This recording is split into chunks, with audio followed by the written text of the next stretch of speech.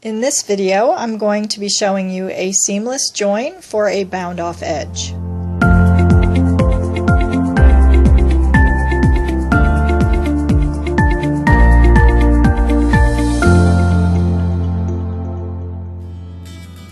In this video, I'm going to be showing you a seamless join for a bound-off edge that you will use anywhere you want a seamless edge where you're not going to be doing further seaming. So an exposed edge at the end of a seam or at the top of a sock cuff when you're working in the round.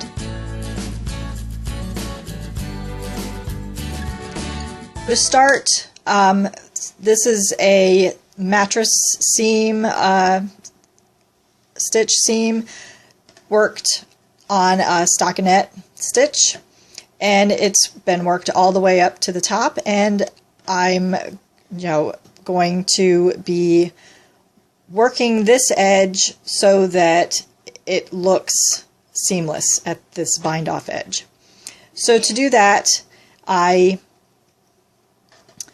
go into, first I locate the bound off chain stitches, and I need to locate the chain directly above my last visible stitch. So not this chain that is above the selvage stitch, but this chain right here. And I want to insert my needle, so my seam finished over here, so I'm going to go over here.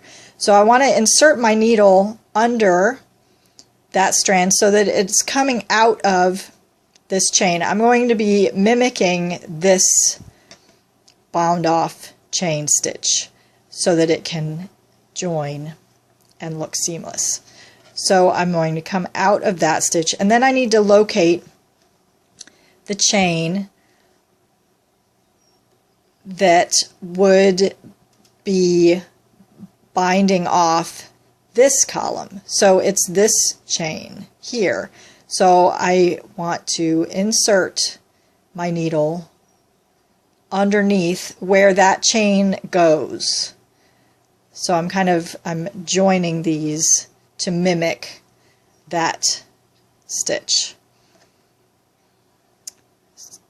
So I do that, and then I go back into the center of that chain that I had come out of, and I split that yarn a little bit, that's alright.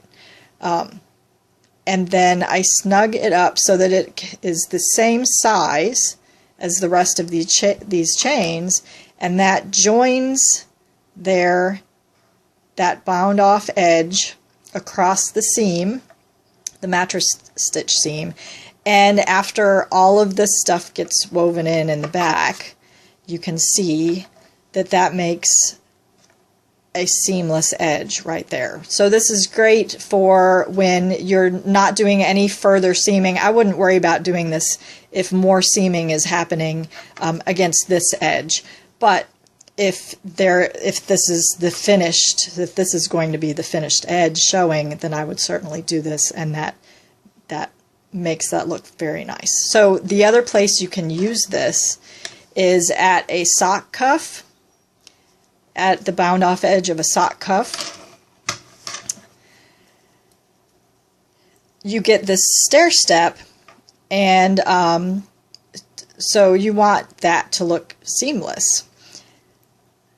So I've bound off all the way across, and this is my last bound off stitch. So what I do is I don't pull my tail through that loop. I pull the loop out, and then I thread that on a tapestry needle.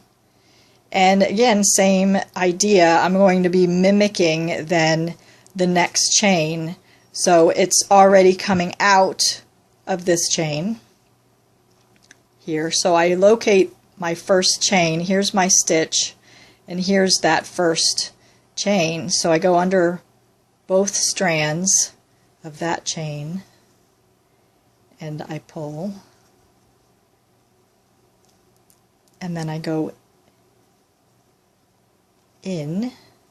back into the center of that chain and back to the back so I have somewhere to weave in, and I snug it up so that it's the same size, and you can see that that hides that jog that you get and makes that edge look nice and even and consistent and seamless. So that's my little trick for finishing off a bound off edge. Yeah, so thanks for watching.